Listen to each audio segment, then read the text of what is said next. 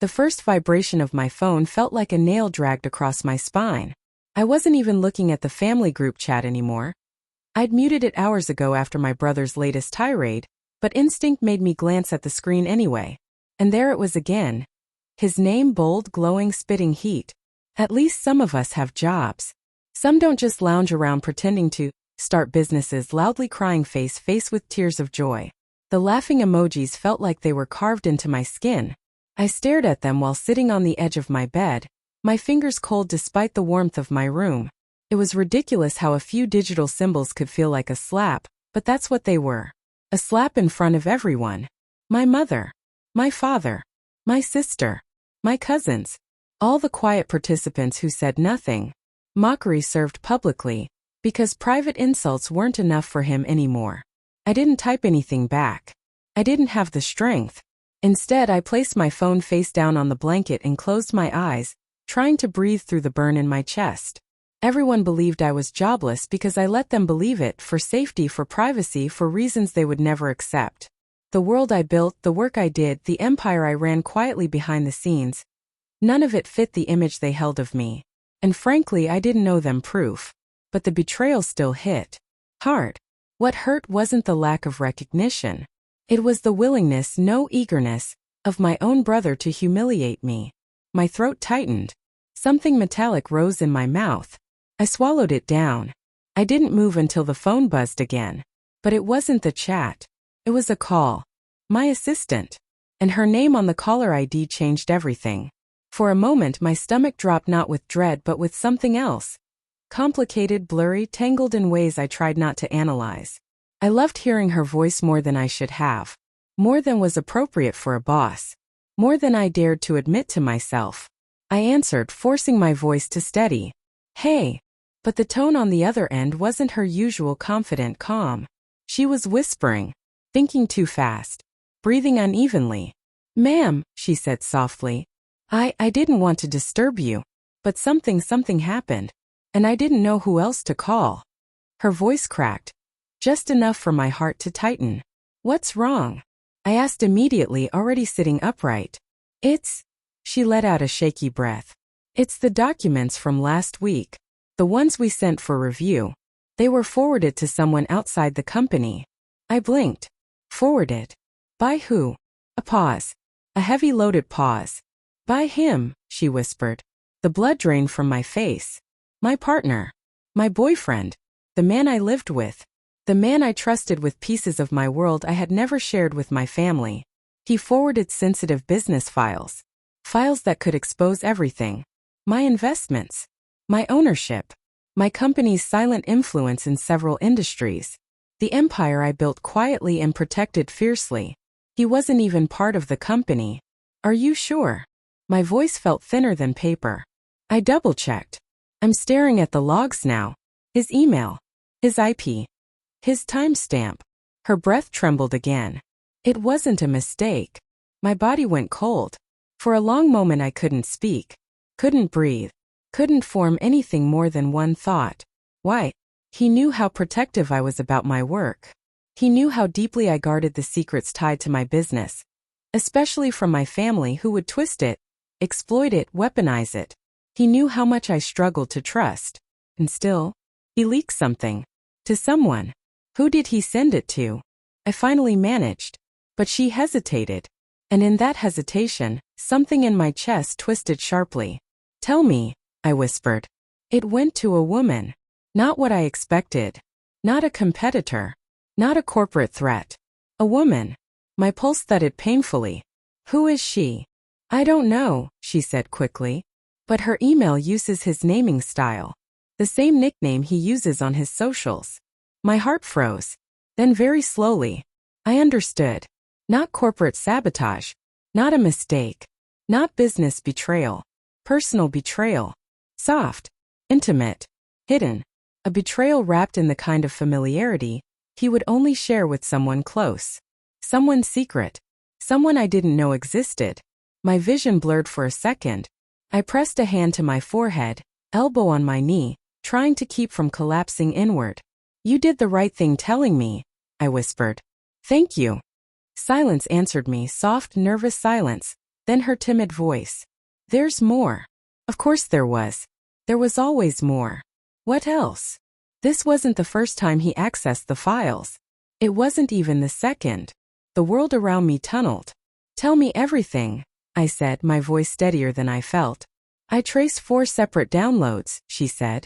2 from our internal folders. 2 from your encrypted drive. Impossible. Completely impossible. He didn't have access to my encrypted drive. He didn't even know the software I used. Unless he had gone through my laptop. My personal laptop. The one I left at home. The one he could easily reach. The one I trusted he would never touch without asking. The betrayal sliced cleanly then, sharp, decisive. A blade through everything I believed about him. Every argument suddenly took on a new shape. Every late night at the gym. Every phone call he stepped outside to take. Every time he turned his screen away from me. Little things I rationalized. Little things I ignored. Little things that weren't little at all. My assistant's voice trembled. I'm sorry. I didn't know how to tell you. You did it perfectly, I murmured. But inside my chest storm clouds surged. Because this wasn't just a relationship betrayal. This was a crack in my entire life. A leak that could ruin my company if mishandled. A violation so intimate it felt like someone had reached inside my ribcage and stolen something vital. I dragged my gaze to the clock. 9:47 p.m. He wasn't home yet. Keep monitoring the logs, I told her softly. Flag anything unusual. I will. And listen. She hesitated, then her voice softened. Are you okay? Her worry tugged at something fragile in me. I will be, I whispered. I promise. Even though it was a lie. We hung up, but the silence left behind was unbearable. I stared at the room around me, at the soft glow of the lamp, at my reflection in the darkened window. My pulse pounded in my ears. My thoughts spiraled into 1,000 jagged pieces. I wanted to cry, scream, throw something, but none of those impulses fully formed. Instead, I sat there numb, hollow, drifting, until the front door opened downstairs. His footsteps. Heavy. Normal. Carefree. Like nothing was wrong. Like he hadn't just broken my world in ways I wasn't sure could be fixed. Babe, he called out casually. You upstairs? I didn't answer. My hands clenched into fists. Every breath I took felt like fire. He climbed the stairs slowly, humming quietly, completely unaware. When he reached the bedroom doorway, he smiled, warm, familiar, loving. The sight of it made my stomach twist. There you are, he said. You okay? You look pale. I swallowed hard and met his eyes. Where were you tonight? I asked. The question landed softly, quietly, deceptively calm. But something in his posture shifted. Only slightly. Barely noticeable. Except I noticed. I noticed everything now. Oh, he said, shrugging lightly. Jim. Then I ran into Sam. We grabbed a drink. Lie. I didn't know how I knew, but I knew. The way he'd said Sam too quickly. The way his eyes flicked away for a fraction of a second. The way his shoulders rose just slightly before he answered. Small things. Tiny things. Devastating things. I didn't confront him, not yet. Not without proof. Not without a plan. Not without knowing exactly how deep this betrayal went. Instead, I let the lie sit between us like a poisonous fog. I murmured as if it didn't matter. He smiled again, relieved. My chest burned. I forced myself to breathe. Hey, he said softly, stepping closer, touching my arm. You sure you're okay? His fingers on my skin felt wrong now. Foreign. Intrusive. I pulled away slowly, not enough to start a fight, but enough to create distance. I'm just tired, I whispered. He nodded, oblivious. He didn't know I knew. Not yet. But I would find out everything. Every message. Every download. Every lie. Every secret. And when the truth came out, he wouldn't see it coming. Not from the jobless girl with nothing to her name. Not from the woman whose own family mocked her. Not from the quiet one who stayed silent in group chats. No. He had no idea who he had betrayed. He had no idea what I was capable of. And this time, silence wouldn't protect him. I barely slept that night. His breathing beside me, steady, peaceful, untroubled, felt like an insult in the dark. Every inhale was a reminder that he could lie so smoothly, he slept without consequence. Every exhale was a reminder that I was lying beside someone who had broken my trust without even flinching. Around 3 in the morning, I slipped out of bed quietly and went downstairs. The house was dim but not quiet. Fridges hummed, distant cars passed, old pipes groaned. My pulse echoed in all of it, louder than anything else. I opened my laptop. The moment the screen glowed, a familiar thread of dread coiled in my stomach. But the fear didn't stop me. My assistant had already updated our shared secure drive. 4 log entries, 4 dates, and attached beneath them screenshots. Screenshots of messages. Screenshots I hadn't seen before. Screenshots she must have uncovered after calling me. My chest tightened as I opened the first. It was a message thread. His email. Sent to a woman whose username matched the style of his gaming handle, his Instagram nicknames, his childhood aliases.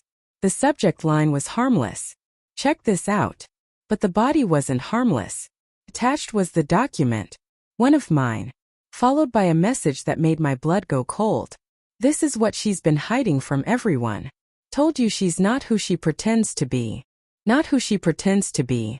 Pretends. The word sliced. Another message. From the woman. Why are you even with her if she lies so much? My throat tightened. His reply came fast, casual. Because she trusts me too much to leave. And she's convenient right now. Convenient. My lungs constricted. Convenient. Like an object. A placeholder. A resource. I felt something inside me crack. Quietly but irreversibly. My eyes burned but tears didn't fall. Instead, a strange stillness wrapped around me, like a thin sheet of ice forming across a lake. I clicked the next screenshot. It was a chat. Phone messages. He must have synced something to his email without disabling backups. Her. Did she figure out anything yet? Eyes. Him. Nah, she's clueless. Her. You're sure? Him. Trust me. If she knew, she'd blow up. You know how dramatic she gets. Her. Just don't slip. Him. I won't. She believes anything I tell her. My jaw clenched so hard I felt something in my neck strain. Dramatic. Clueless. Convenient. Pretending. The words layered on top of one another until they blurred into a suffocating wall inside my chest. I scrolled. Another message. Him. She'll never know about us. Relax. My stomach flipped violently, nausea twisting through me. The 3-letter confirmation of the thing I had feared since the moment my assistant said, "A woman." My fingers shook, but I refused to look away. Instead, I opened the last screenshot. This one wasn't messages. It was a photo. A selfie of him with her. Taken at the gym. The same gym he told me he was going to tonight. His arm was around her waist. Her head rested on his shoulder. He smiled casually like the world wasn't burning through my hands. And their timestamp was from just 2 hours ago. Even the lie he gave me tonight wasn't new. Just a recycled script he'd perfected. A sharp, pulsing ache began behind my eyes. I closed the laptop slowly, like shutting it too fast might break the fragile grip I had on myself. I sat very still. Then I whispered, "Okay." Just one word. Quiet. Controlled. Empty. Not acceptance.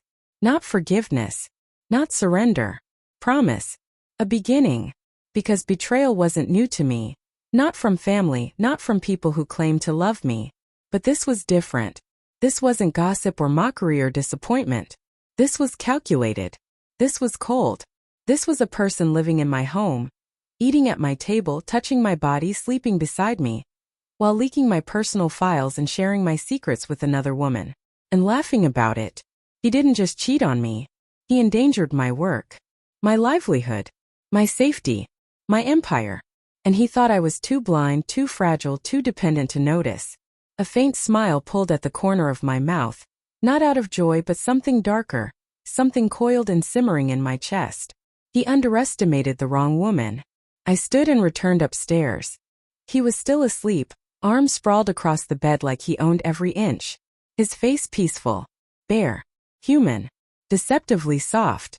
I watched him for a moment, not because I loved him, because I needed to memorize this version of him, the version still playing innocent, unaware that his world was about to collapse with the rising sun.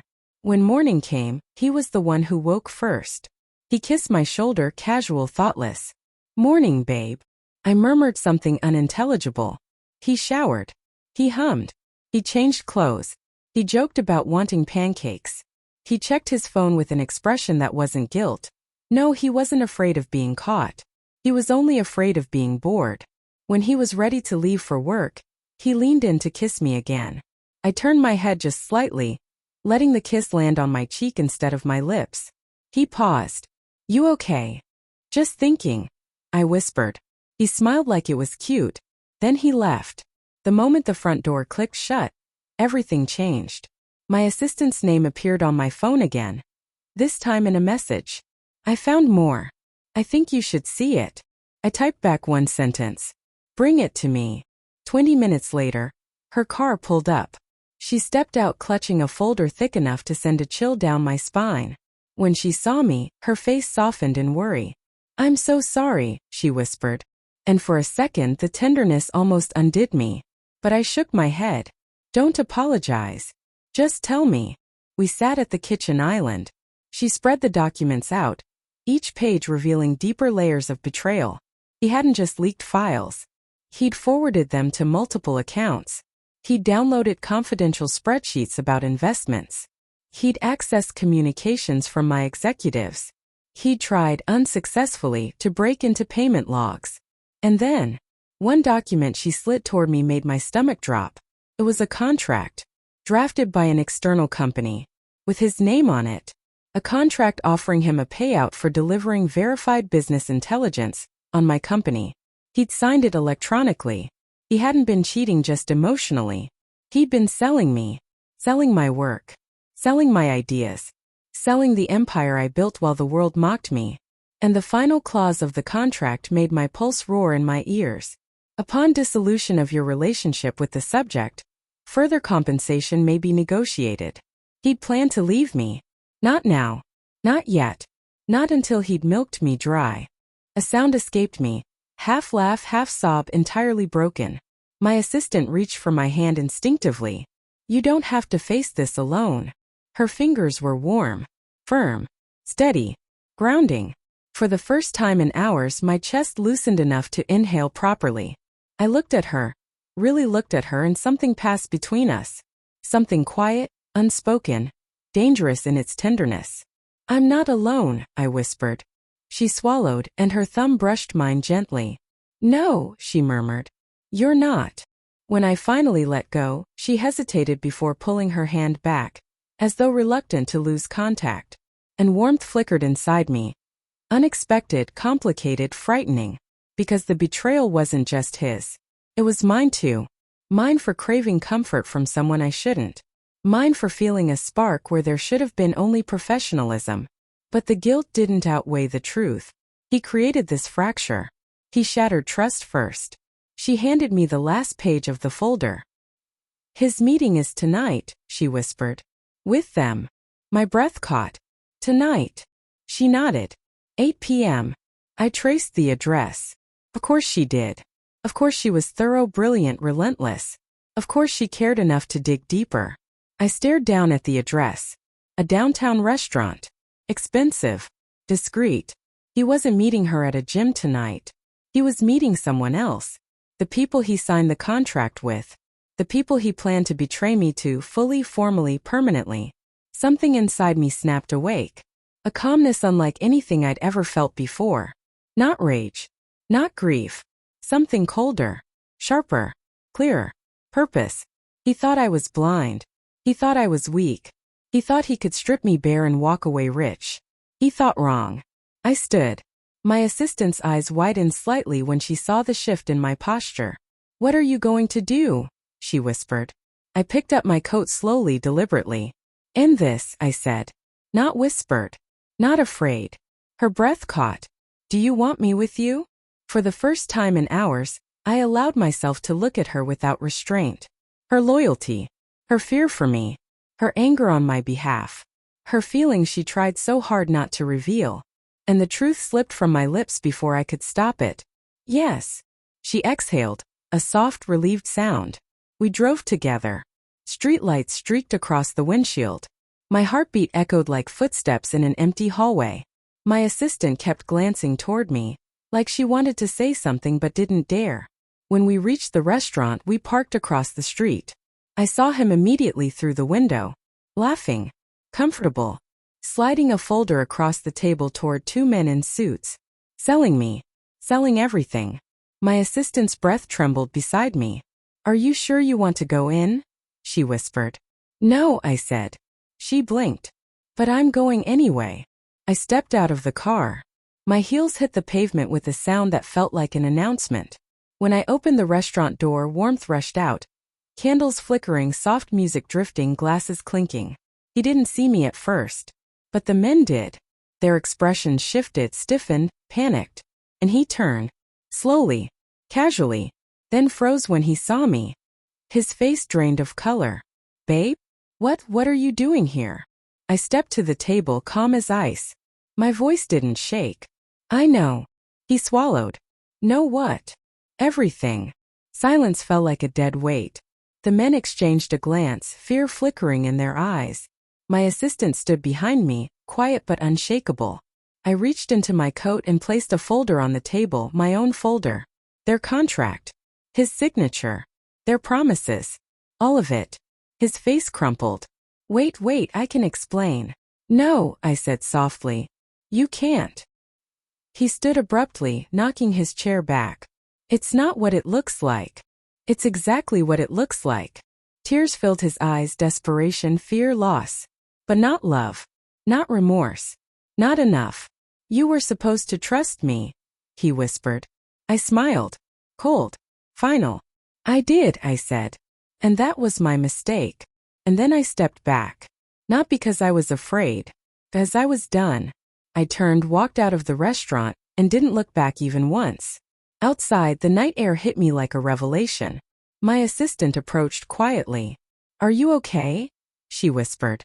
I looked at her, really looked. At the worry in her eyes, the softness in her posture, the strength in her presence. "No," I said. "But I will be."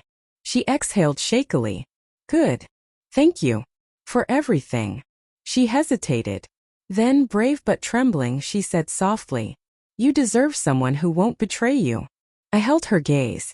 For the first time since this nightmare began, warmth, real warmth, uncoiled inside me. "Maybe," I whispered. "And maybe, I already found them." Her breath caught. The city lights reflected in her eyes, and for a moment the world felt suspended, broken but full of possibility.